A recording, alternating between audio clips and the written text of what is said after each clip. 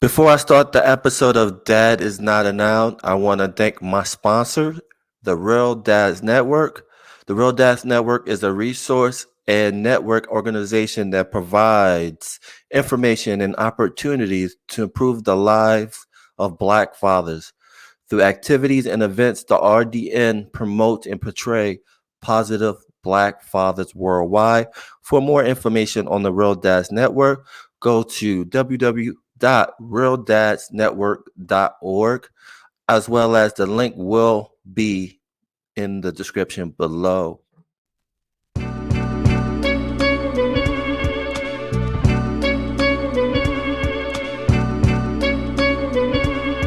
It's all for you. Yeah, yo. There whenever it matters, and even more when you feel like it doesn't. Protect you so you never feel like you wasn't. Know I'm right alongside you. Either that or I'm behind you, but always got you. End of discussion, nothing means more. First one to offer is shoulders for what you reach for. Thought I saw the eyes of the world until I seen yours. And know that I ain't see a better view yet. I'm with whatever, so don't ever you fret. Know that you covered, not a hurdle or a heartbreak. A change what a partake, cause none of them won't ever get comfortable in your walkway. My job is to aware you, fully loaded, prepare you for all of the above that I'm never letting get near you. But still in all, give you every advantage I found. Couldn't find a better fit for them, along with my crown. And since the baton was passed, I've been down. Cause failing's not an option, and dad is not a noun, not at all.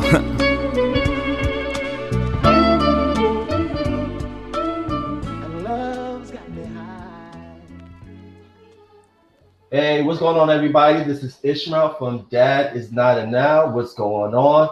I'm truly excited because the legendary Gil Scott-Heron was finally inducted into the Rock and Roll Hall of Fame. It should have happened a long time ago, but he is there, and I'm excited.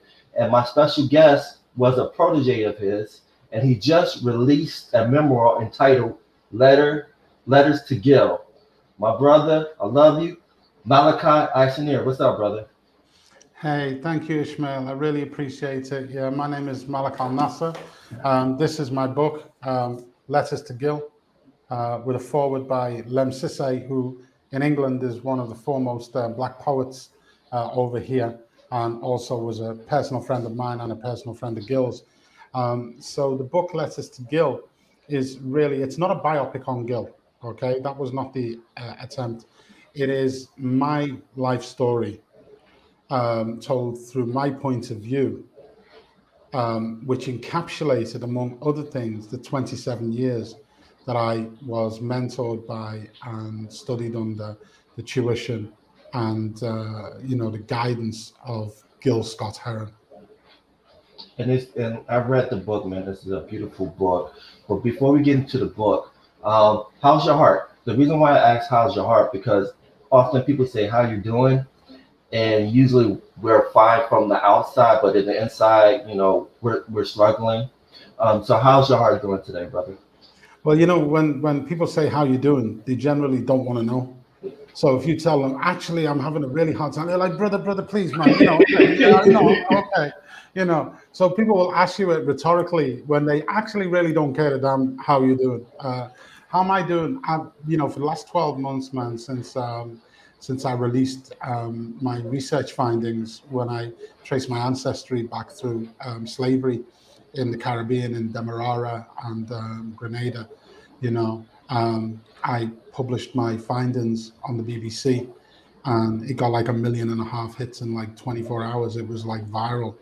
And from that moment onwards, my life has just been a complete whirlwind, like book deals, like people talking about films, constant media. I have not stopped doing media since last July. It's been literally on a daily basis. And, when I met Gil Scott-Heron, the funny thing was that in 1984, backstage at a show in Liverpool, I was destitute. I was homeless. I was living in a hostel for homeless Black youths.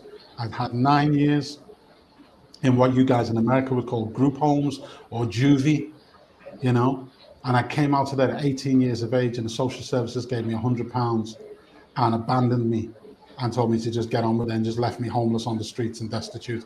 I could barely read and write because I'd had very little education, And I went backstage and I met Gil Scott-Heron, And, he was kind enough to, inquire as to my well-being, as you have just done. And he could see that, I had potential and I had intellect, but, I was struggling in that environment. So he gave me an opportunity to leave the environment, and he offered me a chance to come on tour with the band, which I did. And it was really a lifeline that he threw me. And that sparked the beginning of what became a 27-year friendship, where over that time, I evolved as a person, mentally, physically, spiritually. I became proactive, conscious, political. And as a consequence of his mentoring, I learned the music industry upside down, inside out, the media industry, and also managed to get myself in a position where I could be useful to him in a lot of different ways. So I would act as his personal assistant. I would tour manage sometimes. I would do the merchandising for his products when he had product launches, handle the press. There's a whole range of different things that I did for him, and a whole range of different roles over that period, right up until he sadly passed away in 2011. But when he passed away, I told my story to the Guardian newspaper. It was called Gil Scott-Heron Saved My Life, and they published it over 4 pages. And that kind of went a bit viral as well. And it was that article which forms the foundation of this book, which was really just my backstory, explaining like the kind of miserable existence that I had up until the point where I met Gil, and how his intervention as a positive role model and a mentor fundamentally changed the entire course of my life from, what was a pathway to prison. Put me on a completely different trajectory, where I went to college, I went to university, I got a degree, I got a master's degree, and I'm currently now reading for a PhD at the University of Cambridge with a full scholarship. And, that's 10 years after Gil's passed on, but that's his legacy still unfolding. And I think that's important too. And then one thing I got from the book, and again, please, people out there, get this book. It's an amazing book. It's a great read. I can see this being a movie.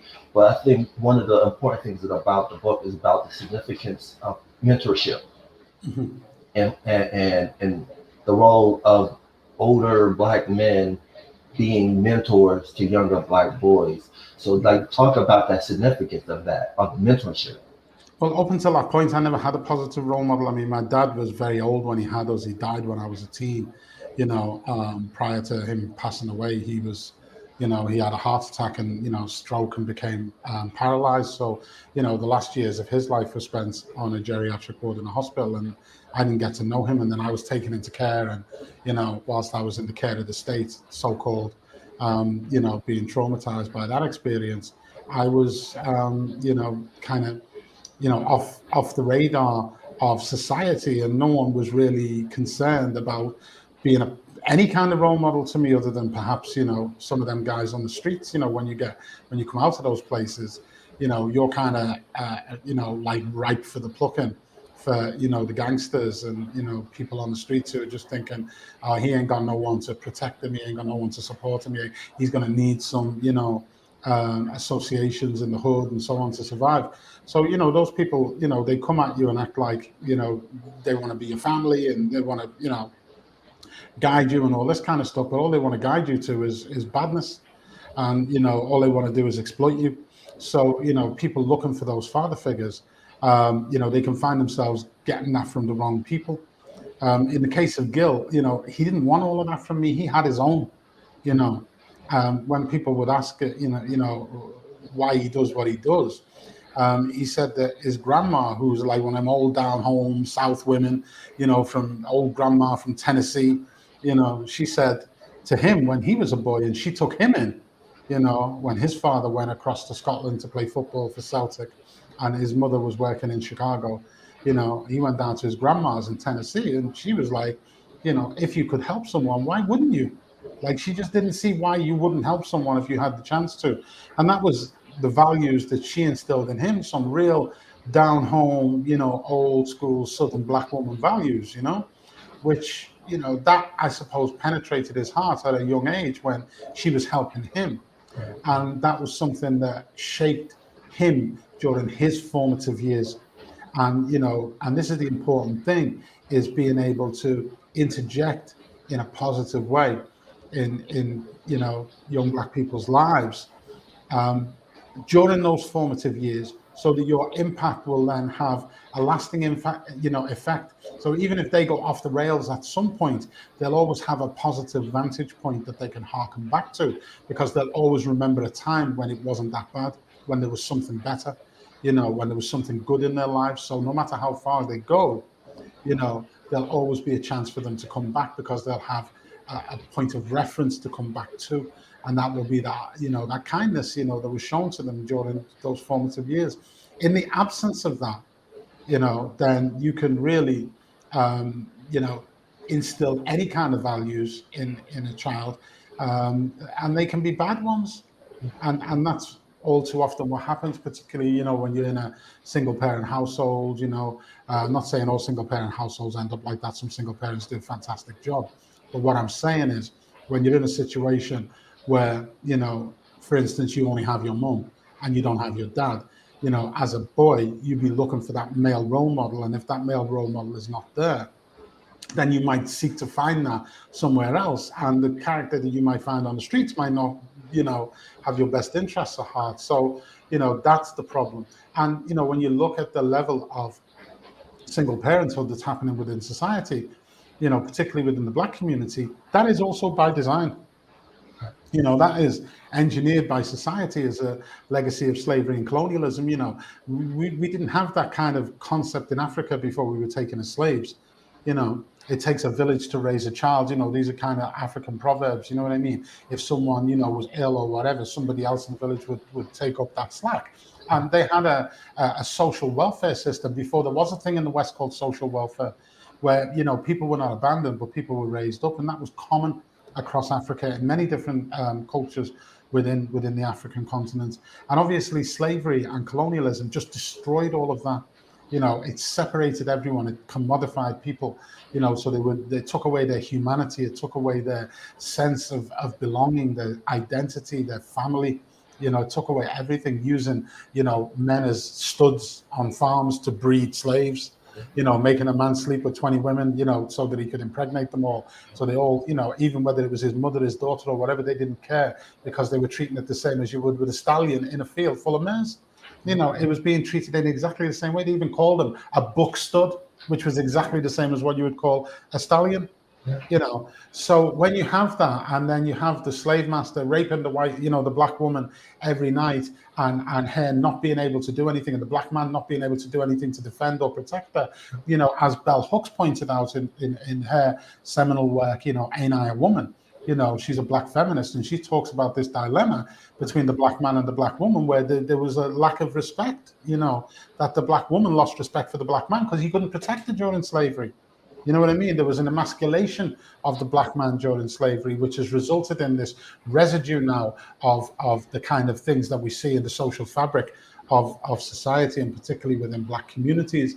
It is, it is a result of that treatment. It was not how we started off. It's not how families are in Africa these days. Definitely. Despite even the colonial kind of input. So that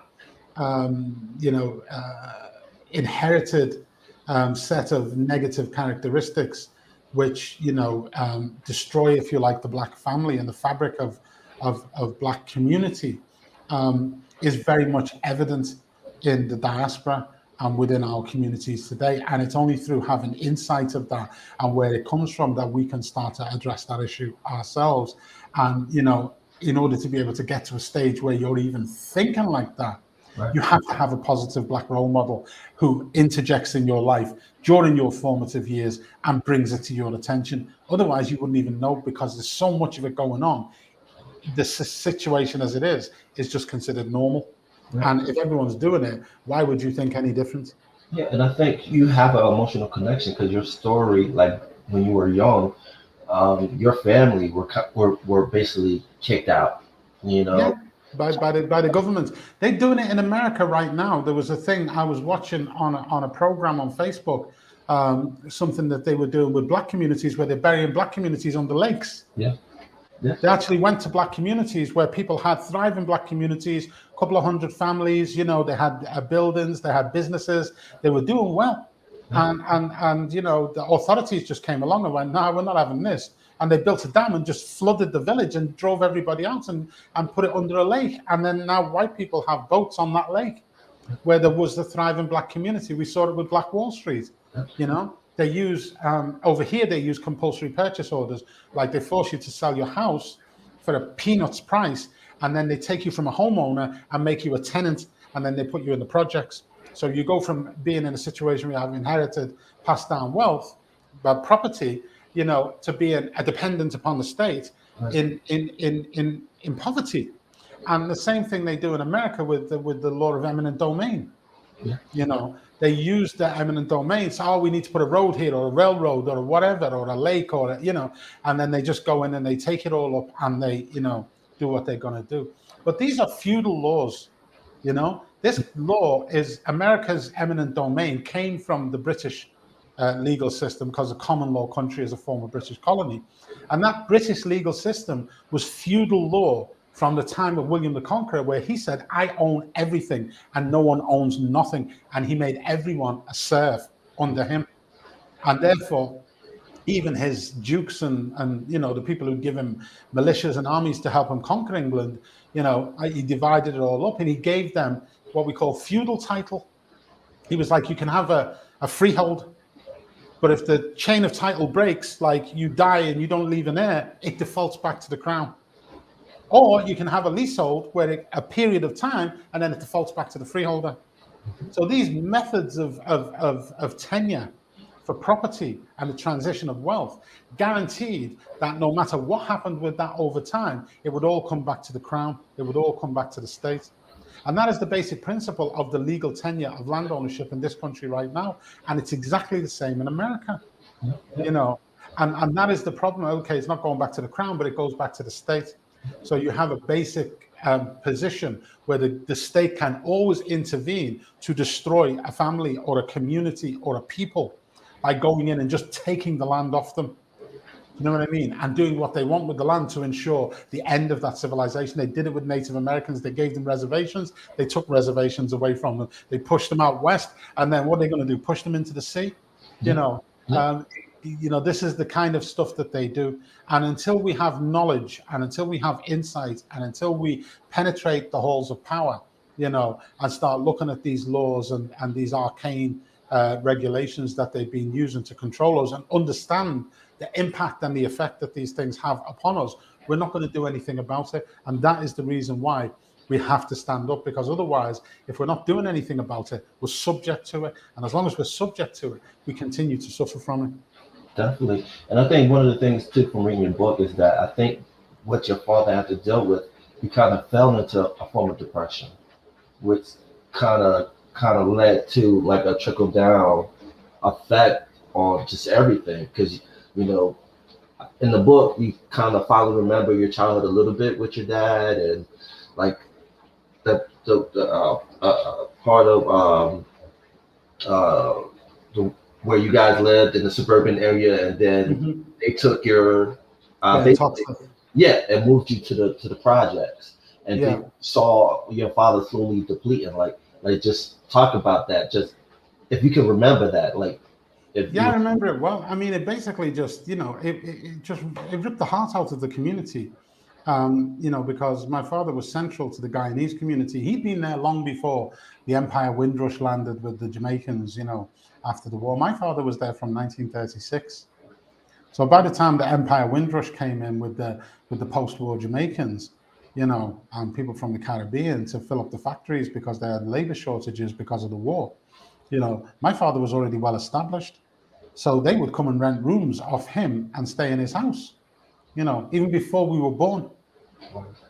So, he already had that established, and plus he had land back in Guyana and property there too. And his mother had property and land, and his father had property and land. Do you see what I'm saying? So he come from generations of property and land, yeah? But what they did in one swift maneuver is took away that and then totally impoverished them and he was never able to get back to Guyana to claim his land. So that land ended up getting apportioned to somebody else. He lost that land. The land he had here was taken away from him through compulsory purchase. And we grew up in the projects, so, that was a way of being able to take generations of development of a black family and kick them right back to square one again, in just one generation through social policy, in this case, housing policy. And it's crazy because you have this generational black wealth that turned into generational black trauma. And black poverty, as they did with Black Wall Street. Yeah. They couldn't work out how to deal with Black Wall Street, so they just rolled into town like a bunch of crackers and burnt it down. They burnt it down, because they couldn't do anything. So by the idea of burning things down and burying it, if we take, burying it under a lake, if we take that concept and apply that to colonialism and look at Africa, every time a country comes up, Libya had a GDP which was higher per head of capita than any other country in Africa. It was equivalent to the GDP of European nations. They destroyed Libya. They completely destroyed it. They left it ungovernable. Somalia decided that they wanted to have self-governance away from colonial rule after Siad Barre, I think 1989. George Bush said, let's go in there. The world said, no, we don't want to do that. George Bush went in by himself, and then 29,000 troops, and then he pulled 20,000 out and said, put UN ones in there. And look at Somalia to this day, back to the Stone Age. Baghdad, the center of civilization, the cradle of civilization, the ancestral home of Prophet Abraham. I mean, this is the domain of King Nimrod in biblical times. We're talking ancient civilization here. First university in the world. And what did they say? We're going to bomb you back to the Stone Age. And they did. Syria, look at it now. The whole entire country is in rubble. Egypt decided to have its elections and have its own government. They went in, Obama, and took the government out and placed another tyrant in who was going to do their bidding. And the same thing can be said of Algeria, Tunisia, just wherever you go. Yeah. Okay? They just did one in Equatorial Guinea a couple of weeks ago. Prior to, that Mark Thatcher was trying to do Equatorial Guinea, during the time of David Cameron. So, every effort is made to keep black people down. And wherever we rise up, there is always a concerted effort to put us back down, because the principle is that white supremacy must reign supreme. That's why, when Fannie Lou Hamer was going around the southern states, telling people to vote, she was being terrorized by the Klan. When white liberals were going down there with Martin Luther King, they was lynching white liberals from the north for going down and telling black people to vote. Just after they got the votes in during, I think it was Johnson's presidency. So you have all these examples of black people trying to rise up, and then white people pushing them back down again. And there's a reason for that. And the reason for that is white supremacy. There's no other reason for it. There's no rationale for it. We are human beings, part of the same human family. The only rationale is that they believe inherently that they have a right to be superior. They're not superior to us in physical prowess. We've showed that in every sport.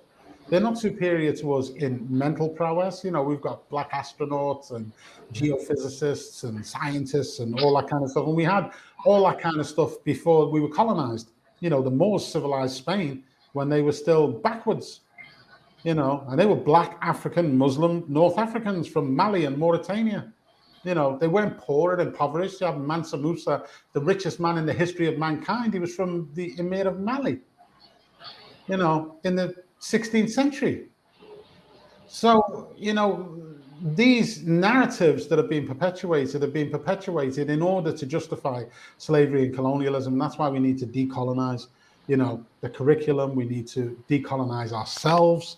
You know, we need to undo the programming in them and undo the programming in us, you know, so that we do not accept the status quo moving forward.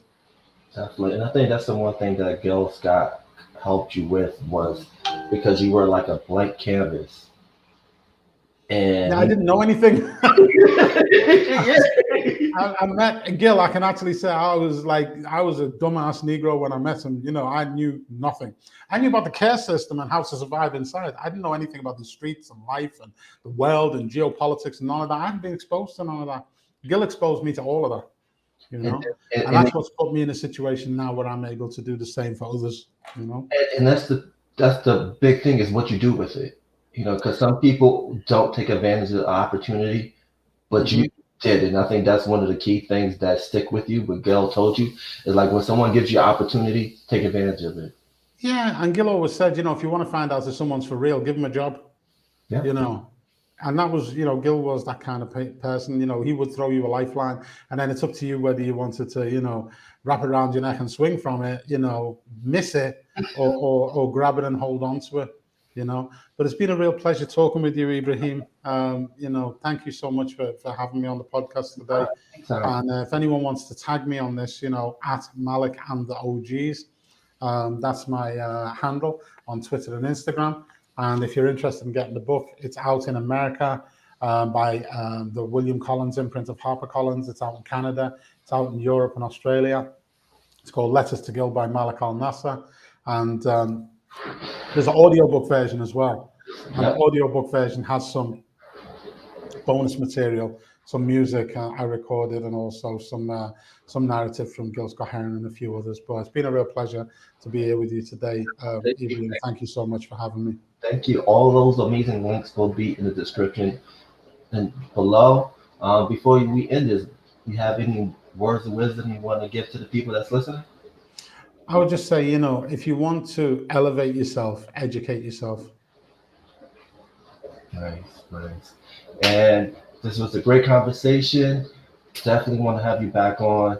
I'm waiting for my hard copy to come in because I'm going to send it to you for you to sign because I need that in my life. But it's going to be a while before I can do anything because I'm winding down now, Ibrahim. I've got research to do and I got another book to write. So I'm not going to be doing no media for a while, man. I'm stepping out of the scene for at least a year. So, you know, I just wanted to do this for you before I step down, you know, because I know you've been real throughout this whole process. But I've been doing 1 year. I've been doing wall-to-wall media and I can't get no work done because I can't stop doing media. So right now I got a book to write. I got a PhD to get. So I'm going to be focusing on that, you know. So so take what you can out of this because this is the last one you're going to get for a while. No, I appreciate it, but I promise you I'm going to be at your graduation. Yeah. Look forward to that, man. All right, my brother. All right, man. Love you, man. Thank you. You too, man. Take care, man. Peace. Bye.